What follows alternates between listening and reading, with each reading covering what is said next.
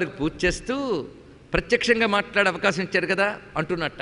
మాం వినా నహితే భక్త త్రిషులోకేషు విద్యతే ఏవం గర్వోక్తి మాకర్ణ్య తుష్ణీమాసి ద్రమాపతి. నన్ను మించిన భక్తుడు నీకోడు లేడు కదా వెంకటేశ అన్నట్ట. ఎక్కడ? త్రిషులోకేషు, 3 లోకాల్లో నాంతరి భక్తులు లేడు. లేకపోతే ఎవరికి దొరికింది చెప్పు ఈ అవకాశం? నేను రోజు గమనిస్తున్నాను, నీ దయ వల్ల నాకు సూక్ష్మ దృష్టి వచ్చింది. ఈ ఆలయానికి వచ్చే దేవతలు సిద్ధపురుషులు నాకు కనబడుతున్నారు. ఎప్పటికీ స్వామివారి దర్శనానికి వెళుతుంటారండి, మన కళ్ళకు కనబడం.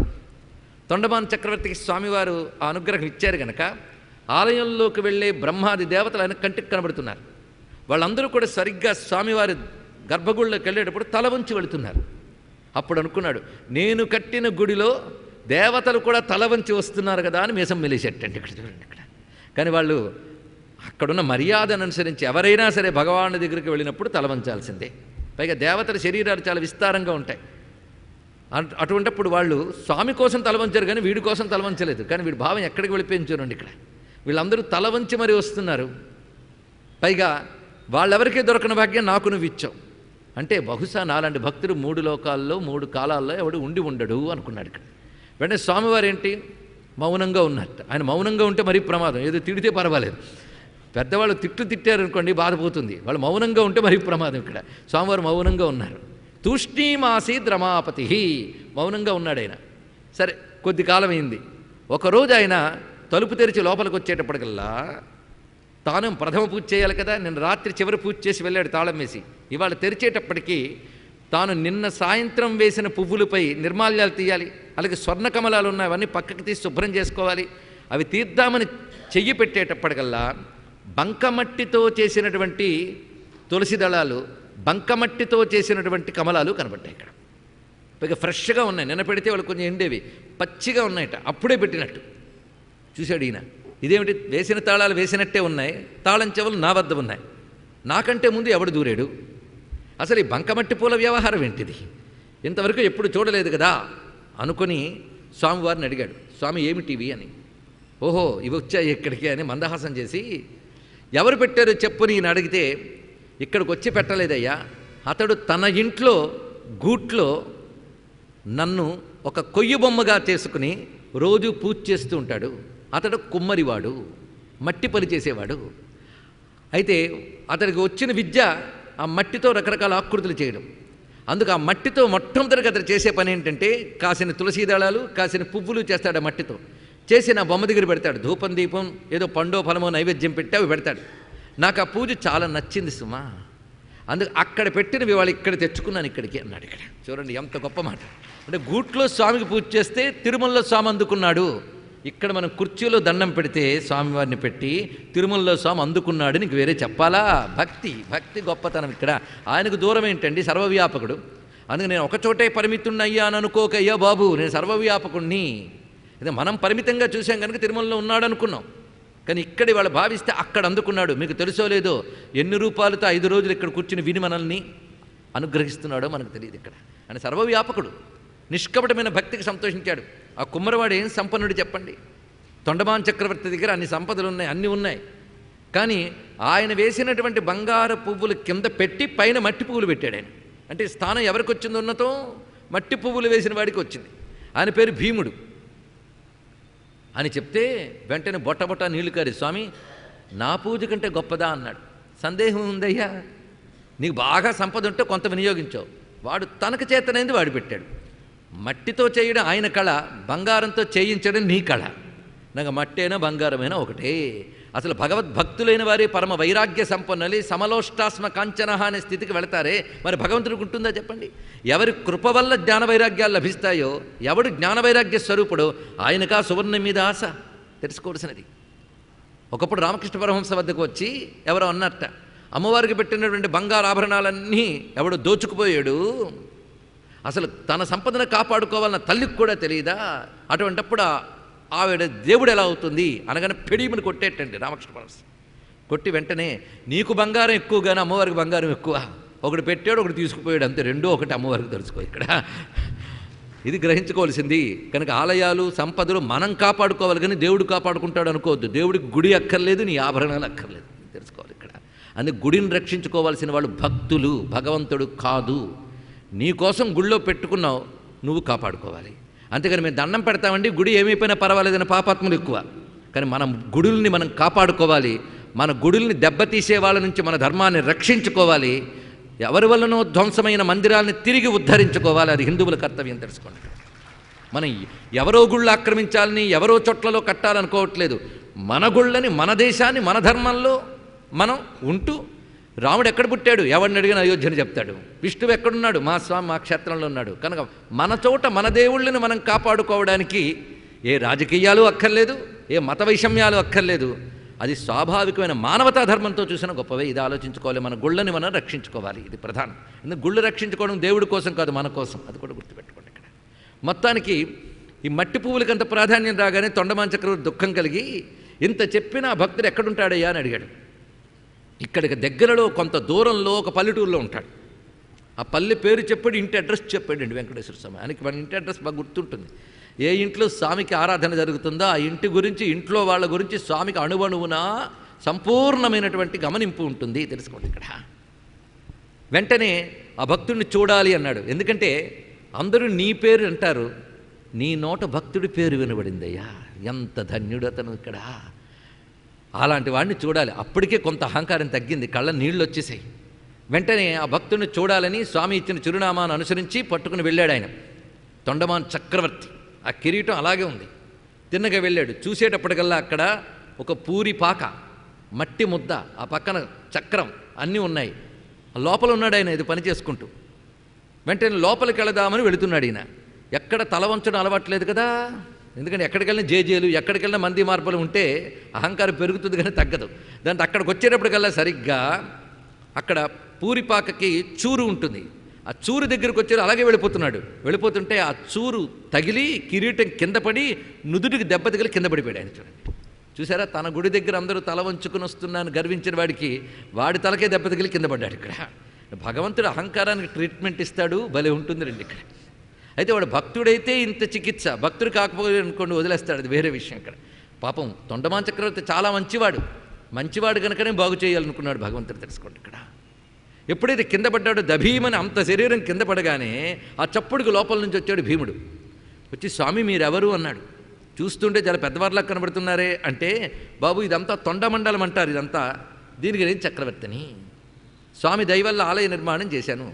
ఒకప్పుడు శత్రువుల మీద యుద్ధానికి వెళ్ళినప్పుడు స్వామి నాకు శంఖచక్రాలు కూడా ఇచ్చాడు అనగానే, అంత చక్రవర్తి ఈ పేదవాడి పూరి గుడిసికి ఎందుకు వచ్చాడు అన్నాడు. ఇక్కడ ఏం చేయమంటావయ్యా, లోపలికి వెళ్దాం పద మాట్లాడుకుందామని లోపలికి వచ్చే కూర్చోబెట్టి మంచినీళ్ళు అవి ఇచ్చిన తర్వాత, మీరు ఇక్కడికి రావడానికి కారణం ఏమిటి అని అడిగితే, ఇవాళ పూజ చేస్తుంటే నువ్విచ్చినటువంటి బంకమట్టి పూలు, బంకమట్టి తులసి దళాలు నాకు స్వామి పాదాల దగ్గర కనబడ్డాయి. ఇవి ఎక్కడివి అని అడిగాను. అడిగితే నీ పేరు చెప్పాడయ్యా అన్నాడు. వెంటనే బొట్ట నీళ్ళు వచ్చి మూర్ఛపోయినంత పనయ్యి ఆనందపరసుడే 2 చేతులు దోయిలించి నోట మాట రాక మ్రాన్ పడిపోయి నిలబడిపోయాడు భీముడు. ఎందుకు నువ్వు పెట్టిన వెంకటేశ్వరుడు ఎక్కడున్నాడో చూపించు అంటూ ఆ గూటి దగ్గరికి వెళ్ళి చూశాడైనా. అచ్చం వెంకటేశ్వరుడు వర్ణించినట్టే అక్కడ కొయ్య వెంకటేశ్వరుడు, ఆయన దగ్గర మంకబట్టి పూలు అన్నీ ఉన్నాయి. ఇక్కడ తొండమాన్ చక్రవర్తికి ఆనందం కలిగి, అక్కడెక్కడో నేను గుడి కడితే అందులో ఉన్నావు అనుకున్నాను, ఇక్కడ గూట్లో ఉండి అనుగ్రహిస్తున్నావా స్వామి అని దండం పెట్టుకున్నాడు ఆయన. అప్పుడు భీముడు ఒక్క మాట అన్నాడు. అందరూ ఆయన నామం పలుకుతుంటే ఆయన నోట నా పేరు వినబడిందా, నిజంగానేనా అని ఆనందాశ్రులు రాల్చుతూ ఇంకా ప్రపంచం పట్టలేదు ఆయనకి. వెంకటేశ అంటూ మైమరిచి అక్కడ చతికిలు పడిపోయాడు. ఎదురుగా చక్రవర్తి ఉన్నాడని కానీ తానేమిటో, తన శరీరం ఏమిటో, తన వారెవరో అన్నీ మైమరిచిపోయి ఉంటే ఆ గూట్లో ఒక కాంతి పుణ్యం ఏర్పడి గరుడ వాహనారూఢుడై లక్ష్మీ సమేతుడైన నారాయణ స్వామి దర్శనమిచ్చాడు. ఇక్కడ వెంటనే ఆ స్వామి దర్శనమగానే భీముడు లేచి నమస్కరించాడు. అప్పుడు ఆకలిస్తుందయ్యా ఏదైనా పెడతావా అని అడిగేటండి వెంకటేశ్వర స్వామి. ఎందుకంటే స్వామివారు వచ్చాక ఏదో ఇవ్వాలని తపనుంటుంది. కానీ భీముని భార్య పేరు తమాలి. ఆ తమాలి అన్న ఆవిడ స్వామివారికి ఏది ఇవ్వాలనుకుంటుంది. కానీ పెద్ద పెద్ద చక్కని శుచిగా వండేటువంటి నైవేద్యాలు ఆరగించే స్వామికి నా ఇంట ఏమి ఇవ్వగలను అని బాధపడుతుంది. ఆవిడ బాధపడుతోందని తెలుసుకుని ఆయన ఆకలి వేస్తుంది అన్నాడు. లేకపోతే ఆయనకి ఆకలి ఏంటండి, ఇక్కడ ఆవిడ ముచ్చట తీర్చాలి అంటూ తమాలి మా ఇద్దరికి ఏదో ఆకలిస్తుంది, ఏదైనా పదార్థం పెడతావా అన్నాడు. ఏముంటుందయ్యా, జొన్న సంగడి తప్ప, అదే పెట్టు. వెంటనే ఇంట్లో ఉన్న కొత్త కొండ పెంకు తీసుకుని అందులో పెట్టి స్వామివారికి ఇస్తే ఇద్దరు తింటూ చాలా బాగుంది కదా అంటున్నట్టు చూడండి. ఎన్ని నాళ్ళు పెట్టే నైవేద్యాల కంటే చాలా బాగుంది ఇక్కడ. ఎందుకంటే పిల్లలు ఏదైనా మనకి ఇచ్చారనుకోండి, అబ్బా చాలా బాగుందంటాం. ఎందుకంటే నిజంగా బాగుండి కాదు, వాళ్ళ మనస్సును ఆనందింపజేయడం కోసం. ఎంత భక్తవత్సరుడు కాకపోతే స్వామివారు అది తింటూ చాలా బాగుంది అన్నాడు. అప్పుడు సాక్షాన్ మహాలక్ష్మి చీరాసారే పట్టుకొచ్చి తమాలికి బొట్టు పెట్టి ఇచ్చిందండి జగన్మాత. చూడండి ఇక్కడ ఆనందపురుషులు వారు ఇంక జన్మలో ఇంకేం కావాలి? మళ్ళీ అటువంటి దర్శనం పొందేక, అటువంటి అనుభూతి లభించాక మళ్ళీ ప్రపంచాన్ని చూసి మళ్ళీ మట్టి పిసుక్కోవడం అనేది ఉంటుందా అండి? ఇక్కడ చాలు, ఇంక ఈ ప్రపంచం మిథ్యాత్ అయినటువంటి జగత్తు చాలు, జగద్బంధం చాలు, జగన్నాథ బంధం కావాలి ఇక్కడ అంటూ ఏం కావాలని అడిగాడు విష్ణువు. నాకేం కావాలయ్యా? ఏం అడిగానని నీ దర్శనం ఇచ్చావు? దేవతలకు కూడా అలభ్యమైన నీ దర్శనము నువ్వు అవ్యాజమైన కారుణ్యంతో ఇచ్చావు, అంతేగాని నా భక్తికి సంతోషించి ఇచ్చావు అనలేదు ఆయన. చూడండి ఇక్కడ అవ్యాజమైన కారుణ్యంతో ఇచ్చావు, ఇది చాలు నా జన్మకి అన్నాడంతే. వెంటనే స్వామి దివ్య విమానాన్ని పంపించి ఆ ఉభయుల యొక్క సూక్ష్మదేహాలని ఆ విమానం ద్వారా వైకుంఠానికి తీసుకువెళ్ళాడు. ఇక్కడ అది చూస్తున్నాడు తొండమాన్ చక్రవర్తి. ఎదురుగానే జరిగింది ఇదంతా. కొండ ఎక్కకుండా నిన్ను చూడకుండా గూట్లో పెట్టుకొలుచుకుంటున్న వాడికి కైవల్యాన్ని ఇచ్చావే, నాగతి ఏమిటి అన్నాడు. గుడి కట్టి ఇంత చేశాను కదా, నాగతి ఏమిటి అంటే, నాయన నువ్వు నాకు మంచి భక్తుడివే, అందులో సందేహం లేదు. ఇంకొక జన్మ ఉంది నీకు, ఆ తర్వాత నువ్వు నాలో ఐక్యమవుతావు, ఇది చెప్పాడు ఇక్కడ. అప్పుడు ఆయన ఏమన్నాడంటే, ఒక్క జన్మేగా పర్వాలేదన్నట్టండి. చాలా గొప్ప విషయం అండి. ఎందుకంటే భగవంతుడు ఒక్క జన్మలో పొందడం కూడా సామాన్యమైన యోగం కాదు ఇక్కడ. ఎందుకంటే ఎన్ని జన్మల దూరం ఉన్నామో మనకు తెలియదు ఇక్కడ. మానవుడు ప్రకృతిలో పడ్డాక ఇప్పటికి ఎన్ని వేల జన్మలు ఎత్తాడో తెలియదు, ఇంకా ఎన్ని ఎత్తబోతున్నాడో తెలియదు. ఒక్క జన్మ అంటే చాలా సులభం కనుక ఒక్క జన్మలో మోక్షం పొందుతాను కదా. ఇప్పుడు నాకు కలిగింది ఏంటంటే వైరాగ్యం కలిగింది. ఇంకా నాకు ప్రాపంచిక విషయాలతో సంబంధం లేదు. నా రాజ్యాన్ని, పదవిని కూడా నా తర్వాత తరానికి అప్పగించి తిన్నగా నీకే అంకితమైపోతాను. తిన్నగా వెళ్ళి స్వామి పుష్కరంలో స్నానం చేసి అక్కడే స్వామి కోసం ధ్యానం తపస్సు చేస్తూ యోగశక్తితో శరీరాన్ని పరిత్యజించాడు మహానుభావుడు. ఇది తొండమాన్ చక్రవర్తి కథ. ఈ కథనంతటినీ తెలుసుకుని, స్వామి నువ్వు పెద్ద గొప్పవాడివి, అందరికీ అందుబాటులో ఉండవు అంటారే కానీ నీ గొప్పలని మాకు తెలుసులే అంటున్నాడు అన్నమయ్య. ఎంత గొప్పగా అంటున్నాడు చూడండి. ఎటువంటి వాడేవో నీ మహిమలు ఎట్టు తెలియవచ్చును, నిటలలోచనుడు అజుడు తెలియలేరు, నిన్నెట్లు తెలిసేరు మానవులు. బ్రహ్మరుద్రాదులే నిన్ను తెలుసుకోలేరే, మానవులకి ఎలా తెలుసు? సరే నువ్వు చాలా పెద్దవాడమంటారే, నీ పెద్దరికి మీద మాకు తెలుసులే. అదేవిధంగా నువ్వు మంచి మంచి భోగాలు పొందుతావంటారు కదా, నీ భోగాలు ఏంటో మాకు తెలుసులే. కురువ నంబి గారి చేతి బంకమట్టి పువ్వులు కొన్ననాడు తెలిసే మీ భోగములు. చూడండి ఇక్కడ నీ భోగాలేంటో మాకు తెలుసు. కురువ నంబి గారి ఇచ్చినటువంటి బంకమట్టి పువ్వులు పుచ్చుకున్నావుగా, అది మీ భోగం అన్నాడు. బంకమట్టి పువ్వుల భోగమా, అది నీ భోగం అన్నాడు. అంటే ఈ భీముడికే ద్రవిడ భాషలో కురువనంబి అని అంటారు. ఇక్కడ కురువరత్తి నంబి అని కూడా ఉన్నది. కుమ్మరి దాసుడైన కురువరత్తి నంబి రమ్మన్న చోటుకు వచ్చి ఇమ్మన్న వరములల్ల ఇచ్చినవాడు, దొమ్ములు చేసిన ఎట్టి తొండమాన్ చక్రవర్తి రమ్మన్న చోటుకు వచ్చి నమ్మినవాడు. ఇది అన్నమయ్య వేరే కీర్తనలో కూడా చెప్పాడు. ఇక్కడ కూడా కురువనంబి గారి చేతి బంకమట్టి పువ్వులు కొన్ననాడే తెలిసే మీ భోగములు, ఈ మాట చెప్పాడు. అంతేకాదు తిరుమల నంబిత తాతయ్యన్న నాడే తెలిసేబో మీ పెద్దతనములు. చూడండి నువ్వే పెద్దవాడంటారే, అలాంటి నువ్వే ఇంకెవరినైనా తాత అని పిలిచావంటే నువ్వు చిన్నవాడివిగా. చిన్నవాడంటే అర్థం ఏంటండి? మనకు అందుబాటులోకి వచ్చినవాడంత. పెద్దవాడంటే దండం పెడతాం కానీ అందుబాటులోకి తెచ్చుకోగలవా? ఎందుకు నువ్వు పెద్దవాడివా, అందుబాటులో ఉన్నవాడివా? ఎంత పెద్దవాడివైనా భక్తులకు అందుబాటులో ఉంటావు. ఇది ఎలాగో అంటే తిరుమల నంబిత తాతయ్యన్న నాడే, చాలా విశేషమైన మాట అన్నారు. యామునాచార్యులని విశిష్టాద్వైత సిద్ధాంతంలో మహాత్ములు. ఆయన యొక్క శిష్యుడు ఈ తిరుమల నంబి. ఈయనకే శ్రీశైల పూర్ణులు అనే పేరు కూడా ఉన్నది ఇక్కడ. ఆయన మహాత్ములు. ఈయన గారి మేనల్లుడే భగవద్ రామానుజాచార్యులు వారు. అటువంటి ఆ తిరుమల నంబి స్వామివారి కైంకర్యానికి అంకితమైపోయాడు. ఎప్పుడు అక్కడే తిరుమలలోనే ఉన్నారు. ఎంత భక్తులండి అలా అంకితమైపోయినటువంటి వారు. ఆయన పని ఏంటంటే రోజు స్వామివారి దగ్గర నుంచి చాలా దూరంలో, సుమారు 10 మైళ్ళ దూరంలో ఉన్న పాప వినాశనం నుంచి జలాన్ని తెచ్చుకొచ్చి అభిషేక జలం అమర్చేవాడు ఆయన పొద్దున. అది తీసుకుని అర్చక స్వాముల వారు స్వామివారి యొక్క ఉత్సవమూర్తికి నిత్యాభిషేకం చేస్తారు. నిన్న చెప్పినట్టు పాదాలపై ఉన్న కవచం, దానికి అభిషేకం చేస్తారు. దానికి జలం తెచ్చేవాడు ఆయన. పెద్దవాడైపోయాడు క్రమంగా. పెద్దవాడైనా దీక్ష మాత్రం మానలేదు. అలా తన కోసం కష్టపడి పెద్దవాళ్ళైనా చేస్తూ ఉంటే పాపం వాళ్ళని కష్టపడినివ్వడండి. ఎందుకంటే బృందావనంలో కూడా గోస్వామి నిత్యం గోవర్ధనగిరి పరిక్రమ చేసేవాడు. వయస్సు మీద పడుతున్నా చేసేవాట. ఒకరోజు ఒక అబ్బాయి కనబడి, తాత ఇంకా ఎందుకయ్యా అలా ప్రదక్షిణ చేస్తే, ఇన్నాళ్ళు చేసావు కదా, ఇంటికి వెళ్ళి పడుకో అన్నట్ట. నాకు ఇంట్లో పూజ చేసుకో కృష్ణుడికి, కానీ ఇక్కడ ఎందుకు ఇంత ప్రదక్షిణ చేస్తామంటే, నా ప్రాణం పోతున్నా సరే నేను బ్రతుకున్నంతకాలం చేస్తానన్నాడు. వెంటనే అక్కడ అంతసేపు నిలబడి ఆ పిల్లాడు మాట్లాడాడు. ఒక కర్ర చేత్తో పట్టుకుని గోవులు కాచే పిల్లాళ్ళలా కనబడ్డాడు ఆయన. ఒక రాతి మీద నిలబడ్డాడు. మాట్లాడిన వాడు ఒకసారి అంతర్ధానం అయిపోయాడు. వెంటనే స్వామిని ఆశ్చర్యపోయాడు. ఇంతసేపు నాతో మాట్లాడింది గోపాల వేషంతో సాక్షాత్ గోపాలకృష్ణుడే మాట్లాడాడా అని ఆనందపరుషుడైతే ఒక మాట వినబడింది ఆయనకి. ఎంతసేపు నేను నిలబడ్డ రాతి ముక్క తీసుకువెళ్ళి నువ్వు రోజూ పూజించుకునే కృష్ణ పరమాత్మ దగ్గర పెట్టుకో, దాని చుట్టూ తిరుగు, నీకు గోవర్ధనగిరి పరిక్రమ చేసినంత పుణ్యం వస్తుంది అని స్వామి చెప్పాడు. ఇక్కడ ఇప్పటికీ మనం బృందావనం పెడితే కనబడుతుంది. అంటే మనం కష్టపడుతుంటే ఆయన చూసుకుంటాడు. చిత్రం ఏంటంటే ఆ రాతి మీద కృష్ణ పాద చిహ్నాలు, ఆయన కర్ర పెట్టిన గుర్తు నేటికి కనబడుతుంది ఇక్కడ. ఇప్పుడు మనం చూడవచ్చు ఆ రాతిని. అంటే భగవంతుడు భక్తుల్ని అనుగ్రహించడం ప్రతి యుగంలో ఉంటుంది, ఇప్పుడు ఉంటుంది, చరిత్రలోనూ ఉంటుంది. అయితే అదృష్టవంతులు గుర్తిస్తారు, దురదృష్టవంతులు గుర్తించకుండా ఉంటారు, అది వేరే విషయం. మొత్తానికి కష్టపడుతూ ఈయన రోజు తీసుకురావడం చూస్తున్నాడు. ఆయన పెద్దవాడైపోయాడు, ఈయనకి ఏదైనా చేయాలనుకున్నాడేమో. ఒకరోజు పొద్దున్న లేచి వస్తూ ఉంటే ఏ కారణం చేతన కాస్త ఆలస్యం అయిపోయింది. మరింత గాభరాగా వస్తున్నాడు. మట్టి కుండలో నీరు తీసుకువెళ్తూ ఉన్నాడు. అప్పుడు ఆ సమయంలో ఒక చిన్న బోయివాడు, చిన్నపిల్లాడు, అప్పుడప్పుడే వేట విద్య నేర్చుకుంటున్నవాడు వచ్చి, తాత నాకు దాహం ఇస్తుంది, నీళ్ళు ఇస్తామన్నాడు. నా దగ్గరలో అక్కడ వెళ్ళు. ఆయన పిల్లాడు ఆ మాత్రం నడిచి తీసుకోలేవు, ముసలోడు తెచ్చుకుంటే నీళ్ళే కావాలా, వెళ్ళన్నాడు. లేదు తాత ఇవ్వు అన్నట్ట. బాబు నా కైంకర్యానికి ఆలస్యం అయిపోతుంది, నన్ను ఇబ్బంది పెట్టకు, నువ్వు ఎలాగో కుర్రవాడివి కనుక వెళ్ళి అక్కడ తాకు అని చెప్తూ పరిగెడుతున్నాడు ఆయన. స్వామికి అంత వేగం నీళ్ళు ఇస్తామా అని. వెనకాల ఈ పిల్లవాడు బాణం వేసి ఆ కొండకి నీరు తాగుతూ వెనకాలుస్తున్నట్టండి. ఇక్కడ కొంతసేపు పెట్టేప్పటికల్లా గుండ ఖాళీ కనబడింది. వెనక్కి చూస్తే పిల్లాడు, అరే స్వామి కైంకర్యం కోసం తీసుకుని నీళ్ళన్నీ తాగేసేవా అని చతికిలు పడిపోయాడు అక్కడ ఆయన. అంటే ఇంకోళ్ళకి దాహానికి నీళ్ళు ఇవ్వకూడదని కాదు, స్వామికి వేళైపోతుంది. పైగా ఇది రోగార్తుడో వృద్ధుడో కాదు, కుర్రాడు. ఇది చూసి బాధపడ్డాడు. ఏంటి తాత ఏడుస్తున్నావు అన్నాడు. ఏం చేస్తాం, అక్కడ నీళ్లు ఖాళీ చేసావు, ఇక్కడ నీళ్ళు వస్తున్నాయి అన్నాడు ఇక్కడ.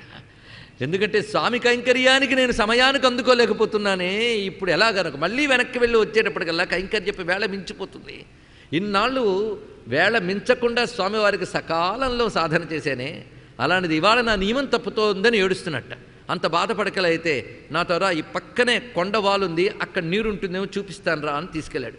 అక్కడ నీరు లేదు, కేవలం రాళ్ళు కనబడుతున్నాయి. రాళ్లే ఉన్నాయి, నీళ్లు లేవంటే నీళ్లు తెప్పిస్తాను చూడని ధనుస్సుకు బాణం వేసి కొట్టాడండి ఆయన. ఆ బాణం తగిలింది ఆ రాతికి, వెంటనే జలధార రావడం మొదలుపెట్టింది. ఆ జలధార కొండేది, ఎక్కడి నుంచి తెచ్చాడు, కొండిచ్చాడు. అప్పుడైనా ఆలోచించద్దండి, పిల్లాడి చేతిలో కొండ లేదు, ఇప్పుడు ఎక్కడి నుంచి వచ్చింది, ఇంతవరకు లేని జలం ఎలా వచ్చింది, ఇతను పిల్లాడేనా అని ఆలోచించద్దు. అసలే మహామాయా స్వరూపుడు ఆయన అక్కడ ఉంటే ఏం పోల్చుకోగలం ఇక్కడ. ఆ కొండ పట్టిన తర్వాత మంచి పని చేశారో బాబు అని చూస్తే వెనక్కి ఆయన కనబడలేదు. ఇక్కడ చూడండి, అది దగ్గర సరిగ్గా స్వామికి ఆలయానికి దగ్గరలో ఉన్నది. అప్పుడు ఒక మాట వినబడింది, ఇక నుంచి అభిషేకానికి ఇదేవాడు కనబడింది నేనే, వెంకటపతే కనబడ్డాడు ఇక్కడ. ఇవాళ నేను కొట్టగా వచ్చిన ఈ జలం పేరు ఆకాశగంగా అన్నారు ఇక్కడ. ఇప్పటికీ మనం చూడవచ్చు. తాత అని పిలిచారు కదా ఎవరిని, తిరుమల నమ్మని. అందుకే తిరుమల నంబి తాత ఎన్న నాడు తెలిసబో మీ పెద్దతనము. అంతేకాదు, మరియు అనంతాళు వారి చెరువుగట్టు మన్ను మోయగా తెలిసే మీ నటనలు.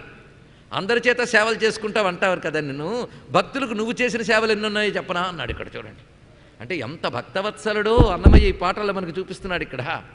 అనంతాళ్వార్ మహానుభావుడు అండి. ఆయన రచించిన శ్లోకమై మనం చెప్పుకున్నాం, శ్రీ వెంకటేశ ముఖమాత్మని సన్నిధత్తాం. మహాత్ముడు అత్యద్భుతమైన కృతులు రచించాడు స్వామివారిపై. స్వామికి అంకితమైపోయాడు. ఇప్పటి తిరుమల అంటే మనకి అన్ని సౌకర్యాలు ఏర్పడ్డాయి. ఆనాడు సౌకర్యాలు లేని దశల్లో వెళ్ళారండి. ఇప్పుడు ఆఖరికి తిరుపతి తపోభూమి యోగభూమి అని కూడా మర్చిపోయి 5 స్టార్ హోటల్స్తో సమానమైన లగ్జరీస్ పెట్టి టూరిస్ట్ సెంటర్లు చేసే ప్రయత్నాలు చేస్తున్నాయి. కానీ క్షేత్రాలకు అలా ఉండకూడదండి. తపోభూములు, దేవభూములు కనీస సౌకర్యాలతో ఉండాలే తప్ప భోగ విలాసాలుగా ఉండరాదు. ఇది గుర్తుపెట్టుకోవాల్సింది ఇక్కడ. శుభ్రత ఉండాలి, సౌకర్యం ఉండాలి, అంతే తప్ప భోగాలు ఉండరాదు. అప్పుడు వినోద కేంద్రాలు అవుతాయి, యోగ కేంద్రాలు కావు. అప్పుడు ఎలాగూ సెలవు వచ్చింది కదా సరదాగా వెళదామని పిక్నిక్ల పార్టీల్లో వెళతారు. అలాంటి వాళ్ళు క్షేత్రాలకు వెళ్ళకపోవడమే మంచిది తెలుసుకోండి ఇక్కడ. వాళ్ళ ద్వారా ఆదాయం రావచ్చిన డిపార్ట్మెంట్లు తయారవుతాయి, అది మంచిది కాదు తెలుసుకోండి ఇక్కడ.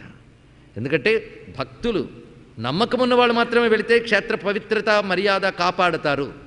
ఇది గుర్తుపెట్టుకోవాలి. అలాంటి నిబంధనలు మాత్రం మన క్షేత్రాల్లో ఉండాలి అని ఈ సంబంధంలో మనం గుర్తుపెట్టుకోవాలి. మొత్తానికి మహానుభావుడు ఆ రోజుల్లో దుర్గమమైన అరణ్యాల మధ్యలో ఎవరో భక్తులు మాత్రమే వెళ్ళేటువంటి సిద్ధపురుషులు మాత్రమే వెళ్ళే క్షేత్రం. అలాంటి సమయంలో భవ్యమైనటువంటి శ్రీరంగంలో భగవద్ రామానుజాచార్యుల వారు భగవత్తత్వాన్ని చెప్తూ ఒక మాట చెప్పారు. నాయన, శ్రీరంగాన్ని భోగమండపం అంటారు, కాంచీపుర వరదరాజస్వామి త్యాగమండపం అంటారు, వెంకటేశ్వర స్వామిని పుష్పమండపము అంటారు ఇక్కడ అన్నారు. అంటే ఎక్కడ ఏది ప్రాధాన్యం ఇప్పుడు తెలిసింది కదా. ఇక్కడ త్యాగము జ్ఞానము ప్రధానం కాంచీపురం, రకరకాల భోగాలతో ఆరాధించడం శ్రీరంగం. పుష్పమండపం అంటారు వెంకటాద్రిని. అంటే స్వామికి పుష్పకైంకర్యం ప్రధానం. అందుకే ఇప్పటికీ కూడా స్వామికి చేసేటువంటి పుష్పకైంకర్యం ఇంకెక్కడా కనబడదండి. ఆయన శిరస్సుపై పెట్టే పువ్వుల దగ్గర నుంచి పాదాల వరకు కడియాలు అన్ని పువ్వులతో చేసి పెడతారు. ఇక్కడ రకరకాల పువ్వులు, ప్రత్యేకించి పూలతో చేసే సేవ తోమాల సేవ అని చెప్పబడుతూ ఒకరోజు విశేషంగా జరుగుతుంది. పుష్పయాగమను కూడా ఒక యాగం ఆ రోజుల్లో చేసేవారు. కృష్ణదేవరాయల కాలంలో, అన్నమయ్య కాలంలో పూజలందరును చేసే పుష్పయాగము అని అన్నమయ్య కీర్తన ఉంది. అలాంటి పుష్పయాగం కాలక్రమేణా తగ్గిపోయింది. కానీ మహానుభావులు ఒకప్పుడు తిరుపతికి కార్యనిర్వహణాధికారిగా పనిచేసేటువంటి మహాత్ములు శ్రీ పివిఆర్కే ప్రసాదరావు గారు దాన్ని పునరుద్ధరించారండి. వారి హయాంలో చాలా జరిగే స్వామివారి కైంకర్యాలు చరిత్ర తెలుసుకుని చేశారు ఆయన మహాత్ములు. ఆ సమయంలోనే కంచి మహాస్వామి చంద్రశేఖరేంద్ర సరస్వతి స్వామివారు అక్కడ ఉంటూ వేదోద్ధర తిరు వెంకటనాయక అని కీర్తన విని, మైక్లో వస్తుంది, అది విని వెంటనే ఆ కార్యనిర్వహణాధికారి ఇతర అధికారులను పిలిపించి, విన్నారుగా వేదోద్ధర, వేదాన్ని ఉద్ధరించేవాడు ఆయన కనుక వెంకటేశ్వర స్వామిని ఆధారం చేసుకుంటూ వేదధర్మ వ్యాప్తి చేయాలి, వేదోద్ధరణ చేయాలి, వేదమే విద్యగా నమ్ముకు బ్రతుకుతున్న వారికి ఆధారం కల్పించాలని కంచి పరమాచార్యులు వారు చెప్పారు. దాని కారణంగానే ఇప్పటికీ ప్రపంచంలో, ముఖ్యంగా భారతదేశంలో ఉన్న అనేక మంది వేద పండితుల్ని పోషిస్తున్నాడు వెంకటేశ్వరుడు. వెంకటేశ్వరుని ద్వారా జరుగుతున్న సత్కార్యాలు ఎన్నెన్నో, ఇది తెలుసుకోవాలి ఇక్కడ. అంత విశేషమైన అంశం. అలాంటి వెంకటేశ్వరుడికి పుష్పయాగాన్ని తిరిగి పునరుద్ధరణ చేసి ఇప్పటికీ కొనసాగిస్తూ ఉన్నారండి. పూలంగి సేవ అంటారు దీన్ని. అలాంటి స్వామికి పుష్పములు చాలా ఇష్టమన్నమాట వినగానే వెంటనే నేను స్వామికి పుష్పాలు సమర్పించుకుంటూ అక్కడ సేవ చేసుకుంటాను గురువుగారు, మీరు అనుమతిస్తే నేను వెళతాను అన్నారు అనంతాళ్వారు. అప్పుడు రామానుజాచార్యులు వారు అన్నారు, ఏం తేలికనుకున్నావా, భయంకరమైన అడవి మధ్యలో ఉంటాడు, ఏది వెళ్ళి చూసి వచ్చేయడం పర్వాలేదు, కానీ అక్కడే ఉంటాను అంటే అడవిలో అనేక ఎదుర్కొనవలసి వస్తుంది. అడవిలో క్రిమికీటకాలు కూడా ప్రమాదకారే. ఎలా ఉంటావు ఏమిటి అంటే, ఎలా ఉన్నా సరే నా స్వామికి నేను కైంకర్యం చేసుకుంటానంటే, అయితే నువ్వే మగాడు వెళ్ళన్నట్టు. మగాడంటే వాడండి. మగాడంటే ఎలాంటి కష్ట నష్టాలకైనా ఓర్చుకుని భగవంతుడిని ఆరాధించేవాడు మగాడు తెలుసుకోండి ఇక్కడ. అందుకని పొగరమొత్తనం చూపిస్తూ 10 మందిని కొట్టేవాడు మగాడని కాదు ఇక్కడ.